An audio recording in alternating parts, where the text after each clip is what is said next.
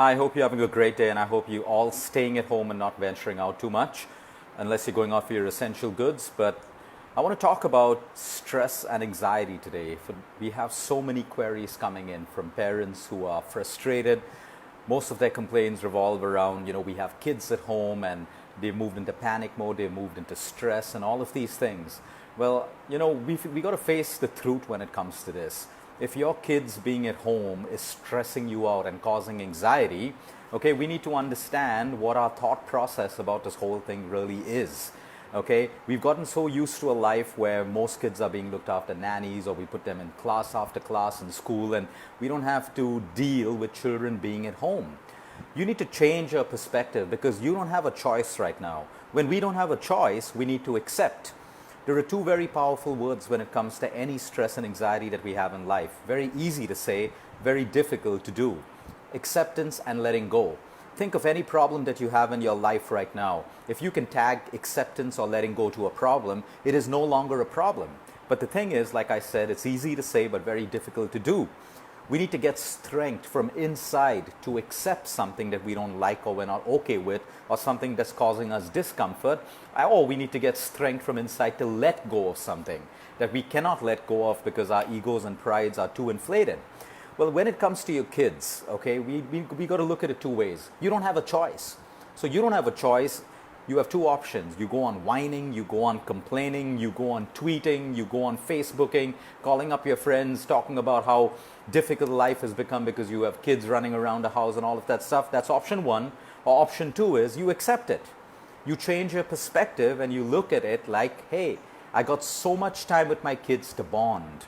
But because that's a new space for so many parents out there, it's causing discomfort and stress. Number two, make a timetable. You know how schools run without chaos? Because they have a timetable. Do you know how things in an army run? Because they have a timetable. Everything is a timetable. Adults need a timetable, but we don't choose to put ourselves in compartments because our definition of freedom is completely misconstrued.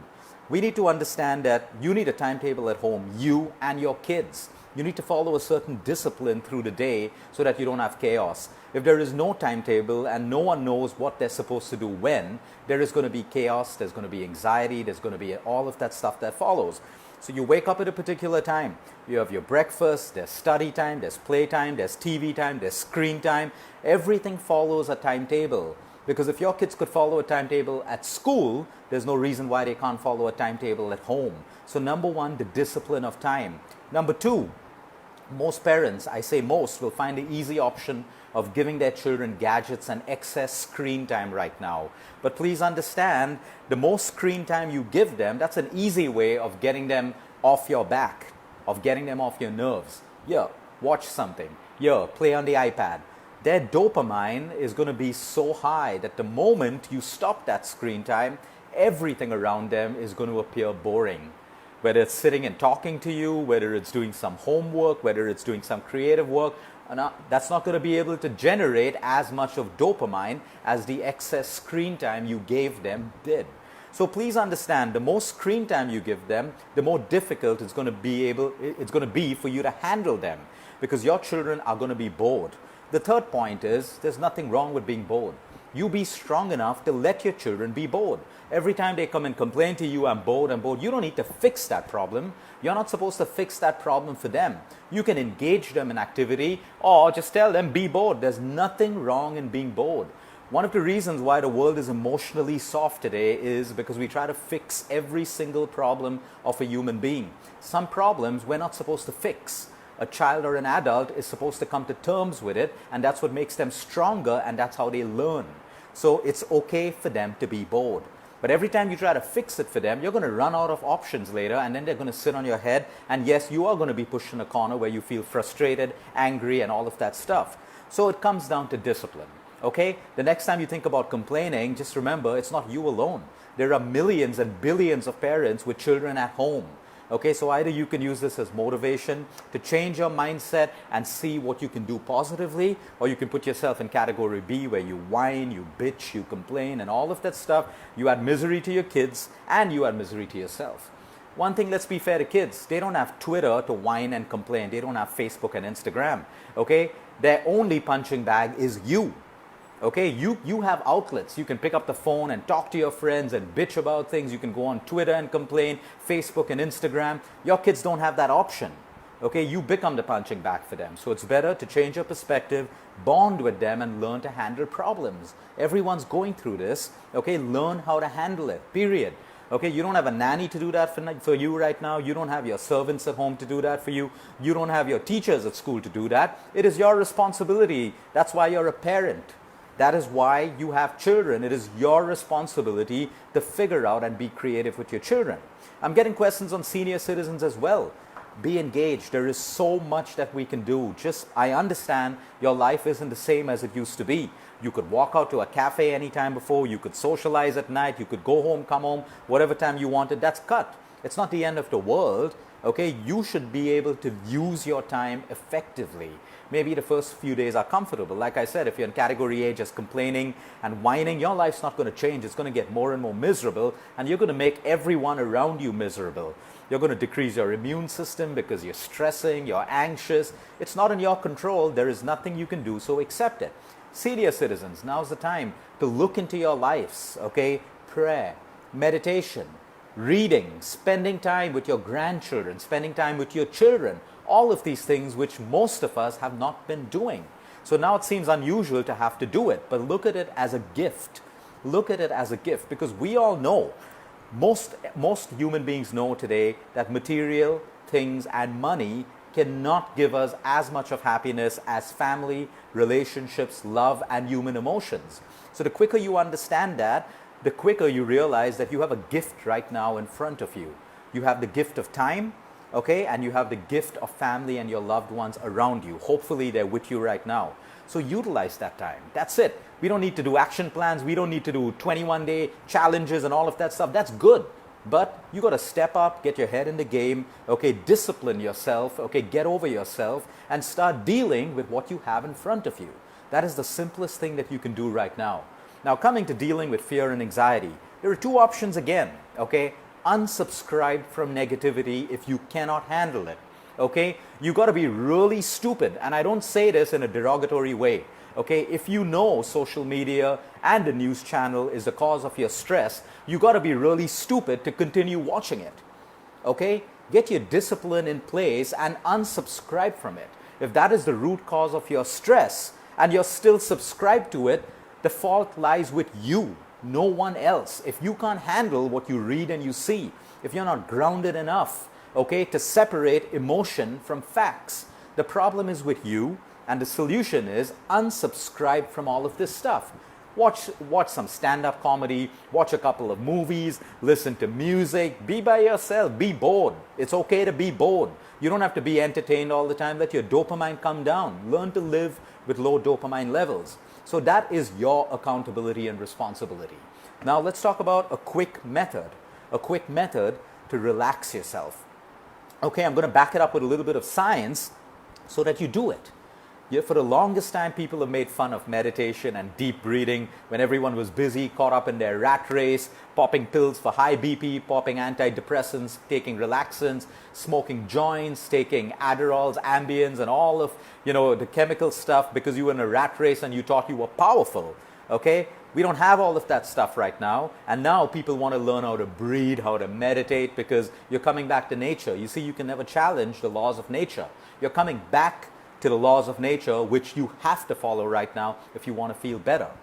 We have vagus nerve in our body, okay? There's a set of 12 cranial nerves. Your vagus nerve is the largest nerve in the body. It starts from your brain stem. That's the largest cranial nerve. It passes down your brain stem cell, down your spine, around your heart, your lung, your liver, your digestive system, your kidneys, your spleen. Your vagus nerve goes everywhere, and your gut. Okay? Now what we need to understand, the vagus nerve controls everything in the body. Inflammation, depression, anxiety, strokes, your gut health, your immunity, your autoimmune that you have, whether it's lupus, it's multiple sclerosis, the worst kind of autoimmune disorders, right, from vitiligo to whatever. Your vagus nerve communicates. It's a nerve, it's the largest nerve. We got to take care of this. There are ways to stimulate it. We have high vagal tone or we have low vagal tone. So when we have high vagal tone, okay, Our vagus nerve helps us to monitor the right blood pressure, blood sugar levels, how your digestive system works, how your microbiome works, how your immune function works. If your immunity starts misbehaving into something called autoimmune, it learns how to relax it so that our own immune system doesn't attack us anymore. Our vagus nerve, when we have a high vagal tone, it helps us to relax. It's connected with the parasympathetic nervous system, which helps us to relax. It helps us to digest our food. It helps us to fall asleep. It helps us to rest. Now, when we have a low vagal tone, we have the possibilities of strokes, heart attacks, inflammation that doesn't come down, depression, anxiety, chronic fatigue, autoimmune disorders, and everything. All of this is controlled by the vagal nerve. Now, how do we stimulate the vagal nerve? The beauty of the human body and the beauty of breath is one simple, deep breath can stimulate your vagus nerve. One simple, deep breath, a slow inhale and a slow exhale can stimulate your vagal nerve right away, which means it has the possibility of moving you from sympathetic nervous system, which is where all your stress, your worry, your anxiety, all of that happens only in the sympathetic nervous system. In a parasympathetic nervous system, that's when our cortisol levels are low, we can rest, we can digest, we can sleep, we are relaxed, our heart rate comes down, our BP comes down, our blood sugar levels are relaxed. We want to be in the parasympathetic nervous system. The simplest way to bring you from the sympathetic nervous system to the parasympathetic nervous system is one deep breath. It is free, it is inexpensive, but yet people will pay money to be told to do this because anything that's free is taken for granted. And number two, anything that is that simple will not work because you have been so brainwashed with complication. Only complicated things can work. You need a prescription with a pill. You need something to be complicated in order to make you do it to get a solution. Well, that's a lie. And you'll find out that the simplest things in life work. Our human body has the intelligence to control our breath. So when there's stress, cortisol goes up, signals the hormones, we are prepared for stress. When the stress event is over, our breathing decreases, signaling that cortisol can come down because the stressful event is done. This happens automatically. But because our minds are so disconnected from our souls and we're constantly wired and connected to everything that's happening outside of us, we fail to do it naturally. So one deep breath, it's called diaphragmatic breathing. Learn this right now. Okay, you can have all the stress in the world and you can still be healthy, fit and strong because you know how to move from sympathetic to parasympathetic like this. Right now, I could have all the problems of the world. I'm highly stressed, but I'm healthy because I don't let that stress cause disruption to my hormones and my body because I control my breathing. So diaphragmatic breathing is this simple. Okay, as you inhale, your tummy has to come out. Think of a balloon. As you put air in the balloon inflates. As you remove air from the balloon deflates. So you sit with your back straight. As you inhale, your tummy rises. Don't force it, very slowly. As you exhale, the tummy goes back in.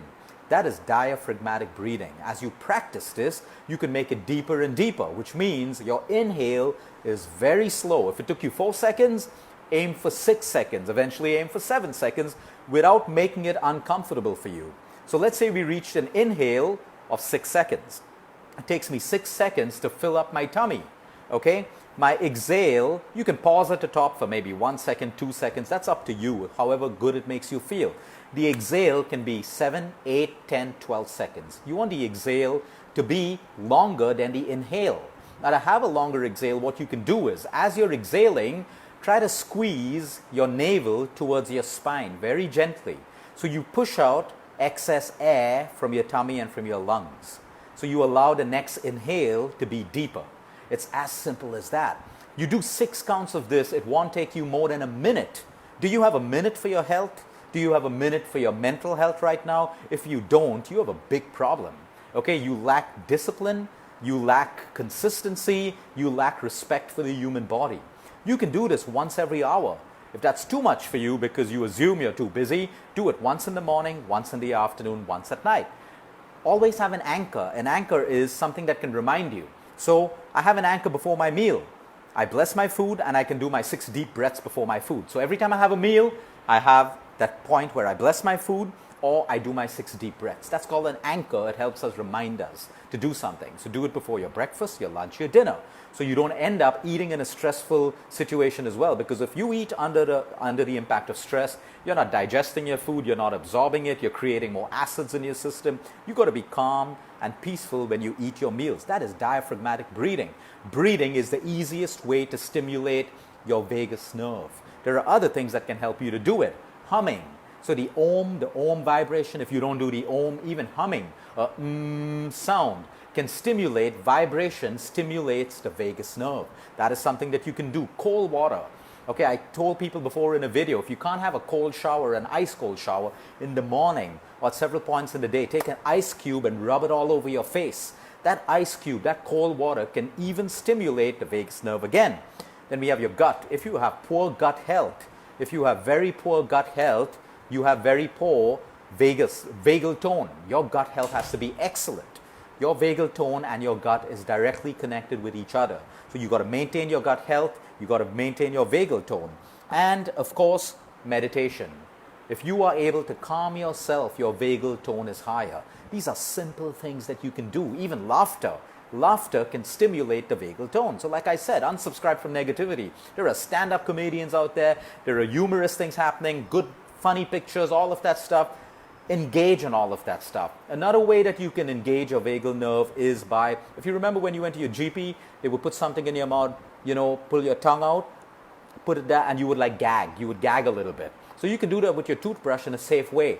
Okay, open your mouth, put your tongue out, and then with your toothbrush, just gently push down on your tongue, and you'll find that you gag a little bit. Okay, that also stimulates your vagal nerve. Do these things, okay?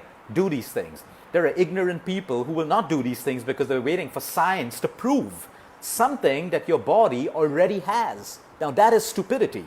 We need science, no doubt. We don't need science to prove the intelligence of the human body and how it works for us. Take it easy, people. Stress and anxiety is the easiest way to lower your immune system. And at this point, all of us want a very, very strong immune system. Have a great day. Until next time, eat smart, move more, sleep right, and breathe deep.